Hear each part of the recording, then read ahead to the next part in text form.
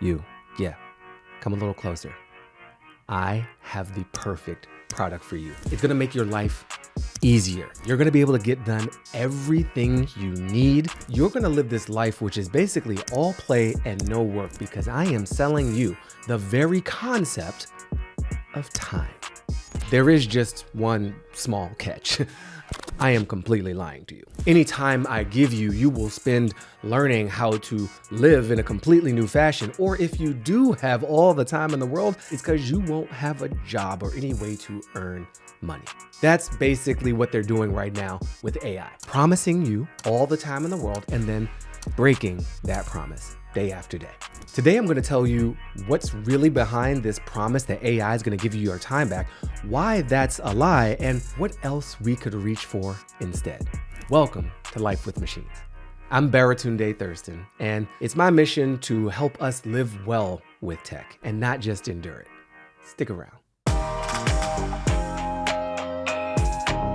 All right, so ChatGPT burst on the scene a few years ago, and since then, everyone's been talking about how AI is going to change all of our lives, but in a very particular way. A specific promise has been made that AI will free up your time, that you'll be more productive, you'll save money, you'll get your life back, and you and I see this promise all over the news.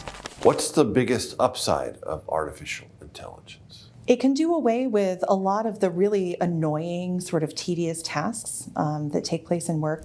Of course, we see AI companies themselves explicitly promising it. Google saying workers could save 122 hours a year by adopting AI in admin tasks. Why not 123.5 hours? I'm just curious about the precision of that number. Bill Gates is out there hyping it. Do you use it? Oh, yeah. Now, when I want to summarize a meeting or take a book that I don't have time to read and get the gist of it, or even to draft some complex set of points, a speech, I highly recommend it. It saves a lot of time. And Sam Altman, of course, never to be outdone in the game of hype, promising anything and everything. That's all part of a promise being made by the industry, led by Sam Altman, that once a certain level of machine learning intelligence is reached, all of our problems will be solved. The housing crisis, cancer, poverty, climate change, mental health, democracy, universal basic income, cure a bunch of diseases, this cancer and that one, and heart disease. Helping you try to accomplish your goals and be your best. Very high quality healthcare, important new scientific discoveries. The marginal cost of energy are going to trend rapidly towards zero. The more equal world. Universal extreme wealth for everybody.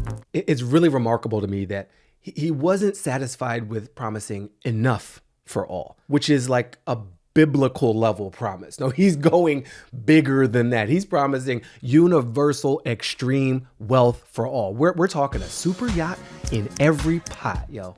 We are straight up drowning in a sea of AI promises. That you'll be able to do things you always wanted to do, that your life will be better, that you'll enjoy things, that you will feel more fulfilled. So why does it feel like the opposite is true? Why do so many of us feel icky every time someone mentions AI? A level of pre-exhaustion kicks in. Why do we feel less fulfilled and more burdened by the prospect of this tech than liberated? I think it's because this promise has got us twisted in knots, because the promise itself is broken. And this isn't the first time a promise like this has been made. Technology has always promised us more free time and more productivity. That's not quite right, because technology hasn't done anything, certainly hasn't made promises. People and businesses pushing technology have always promised us more free time and productivity, at least since the Industrial Revolution. In 1811, they introduced power looms to free textile workers of the drudgery of making everything by hand. The vacuum cleaner was introduced in 1876 by Melville Bissell. His wife Anna marketed it to women as the end of exhaustion from cleaning carpets. Let's fast forward about a century and we get to the personal computer in everyone's home in 1981, or another 2 decades roughly, and the BlackBerry comes out, putting that technology in our pockets in 1999. This enables you to always have access to work email. Yay? But no, don't worry, BlackBerry said. Their research showed that BlackBerry users save 60 minutes a day thanks to those devices, which sounds great until you actually read the report, because what they meant is that they're letting their users convert an average of 60 minutes of their own downtime into productivity time every day. Now, that sounds to me like the opposite of what you promised. That's not saving me time. That's certainly not giving my time back. That sounds like stealing my time. That's what it's always been about. Every time this promise has been made that technology will free up our time and make us more productive, we end up becoming more tethered to it.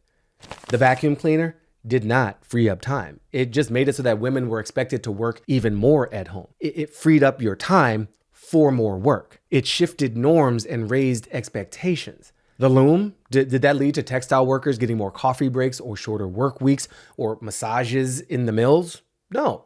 It led to entrepreneurs leveraging the technology to degrade working conditions and erode wages. So some of those textile workers in early 1800s England, they watched these new machines get deployed into their mills, and facing an affordability crisis of their own and a threat to those wages that they desperately needed, well, they broke into the buildings, smashed these machines, and they earned the name Luddites. Now, we think we know what that movement was about, but most of us are wrong, at least a little bit. Today, the word Luddite means some clueless technophobe who hates gadgets and progress and innovation. Someone clinging to the past for the sake of nostalgia. Nostalgia. It's delicate, but potent. But that's not who these people were. Now, for a more complete history, I highly recommend Brian Merchant's book, Blood in the Machine.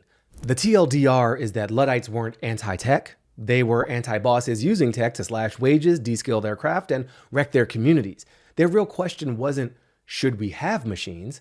It was, who do these machines serve and who pays the price? Often new technology is just a way to leverage people into doing more work, to use machines to treat us as machines, to extract more value from an inhumane system. Jenny Odell has a beautiful book called Saving Time, and there's a lot of good stuff in it, but this really caught my attention. So I end the chapter by comparing the moment, one of my favorite movie moments ever, in Charlie Chaplin's Modern Times, where he's strapped into a feeding machine designed to eliminate the factory lunch hour, and he's like abused by this corn cob going into his face. Charlie Chaplin's corn cob could be the slop bowls of today. Who even has time for a lunch break?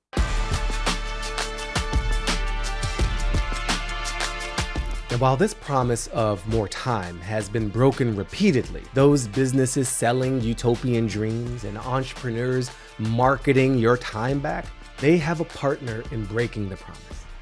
Us. You see, the con doesn't work without a willing mark, someone who wants and even needs to believe the promise. And that's where we come in. So many of us, and I include myself in this intentionally, we are addicted to being productive. We're not born that way, but we are nudged that way by culture. It's why LinkedIn and TikTok are full of grind set, hustle culture, and productivity porn. I made over $120,000 last month using this exact business model. In this video today, what I want to talk about is how I work 14 hours a day without getting tired or overdosing on caffeine. I'm just being a bitch. Get your ass up and lace him up. When I first saw that video, I thought, this is a very intense brother. But then I saw it as a black man, and I think the real reason he's running as hard as he is because he's in a really nice neighborhood, and most of those folks are about to call the cops on him, so he's got to get up out of there. But I digress. Our desire to be productive comes from a deep need to be validated, a need to be considered valuable and even worthwhile as human beings. Companies selling AI know that. They feed off of it. They exploit that little hole in our hearts. We've all heard of this quiet quitting trend, but this is the opposite of that. It's stealthy striving. It's hushed hustle. It's us subtly giving even more of ourselves than is asked because we want to keep up. We want to avoid getting left behind. We want to avoid getting swept away by the currents of industrialization and capitalism by telling ourselves that we can ride this wave. We can master this ocean. Our sense of self-worth is tied up in how much we work.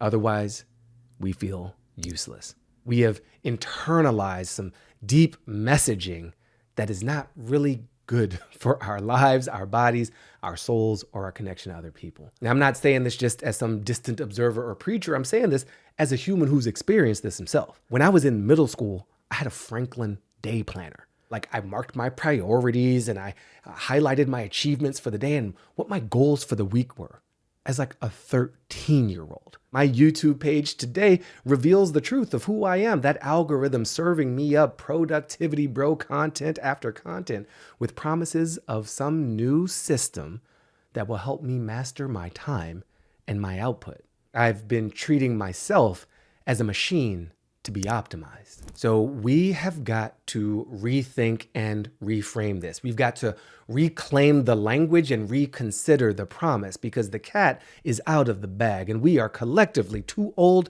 and too wise to fall for the same old okie doke that a machine alone is going to make our lives better. What actually happens is companies deploy technology A, or in this case, technology AI, to save you time, but then they reap the rewards of those savings, not you. And they hire fewer people or fire more people or expect more labor out of the remaining people. Klarna shrunk its headcount by 40%, citing AI. Salesforce cut customer support staff because of AI. At least that's the story they're telling us. And it just becomes harder and harder to believe the promise that AI is going to make our lives better when they're literally using it to take our jobs.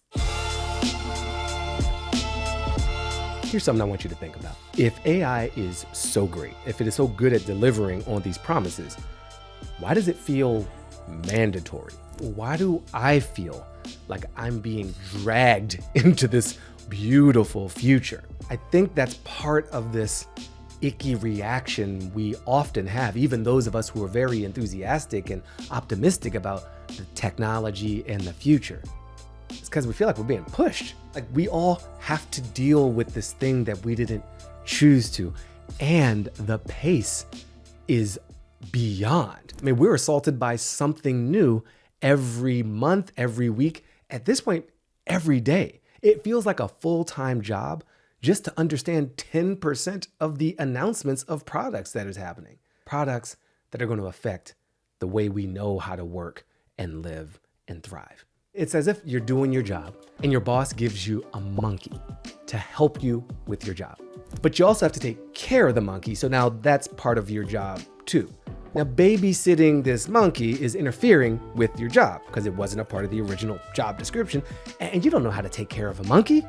Sometimes this monkey is actually helpful. It feels like a miracle. But other times, it's picking at your hair or throwing feces at you, and you spend half your time looking up how to care for like a maybe rabid monkey, or you're covering for the monkey's mistakes. Now, deep down, you know that even if you manage to take care of the monkey and you get some productivity from it, you might get fired and then replaced by the monkey, and then they'll say that that monkey stole your job. Right now, that's AI. A chaotic monkey.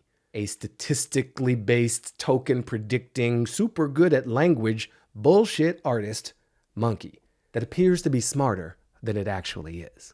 Now, I'm going to stick with my monkey metaphor because in this story, it's easy to blame your boss for giving you the monkey. But your boss has a boss, and they're trying to keep up with the Joneses and face down their own FOMO, and they don't know anymore. They don't necessarily want this more than you. And I know because I speak to a lot of executives, a lot of corporate convenings and conferences, and I encounter two people in one body.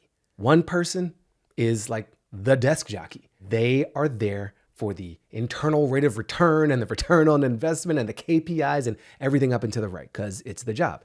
But they're also a human being. And so I meet the person at the bar who's a parent, who is a godparent, who's a human being, and they got a lot of questions and concerns. Even the companies themselves who are pushing these features and products at us in such a relentless pace, well, they're responding to incentives. They've invested so much in AI that they gotta make their money back, so they gotta add some generative AI button inside of the button that you thought you knew how to use. Or, and here's my favorite reason for the feeling of mandatory push of AI, because it's your patriotic duty. Yeah, AI is now being pitched as something greater than any one of us, especially in the United States of America. We have to embrace AI because we're in a race with China. We cannot let an authoritarian nation win. That would be totally un-American. And so to make sure that we are not losing to an authoritarian nation, we're going to shove AI down your throat, inject it into all of your software, your apps, your screens. We're not going to ask you, which might in turn feel a little, I don't know, authoritarian. So yeah, the current promise is broken. But I believe there is still an opportunity for AI that will help the average person's life. So what do we do instead? I mean, sure, I could keep ranting about promises made, promises broken, or we could make some better promises to ourselves. What if AI was helping you and your human teammates be better with each other, to literally understand each other better, to collaborate, to smooth the handoffs between people, rather than just being positioned as a replacement for people or an accelerator, a machinification of people? What if instead of having a secret group of executives dictate when AI is introduced to a company, what if they looped everyone in to weigh in on which parts of their jobs suck? I want you as a manager, if you are thinking about bringing AI, if you are mandated to bring AI into your department, round everybody up, circle up, virtually or physically, and get people to share, maybe even anonymously and asynchronously, what part of their job is the most painful, is the least interesting, is the most tedious, that they would invite automation to help them get through. And bigger picture, what if we shifted the goal from more productivity to more fulfillment? That literally feels better in the body. What if we asked ourselves, how do we want to feel at work? Not just how much do we want to work? And then having asked that question, what if we then built systems to achieve and live into that feeling? Then ask, how can technology, how can AI help us achieve that? The good news, we've done this before.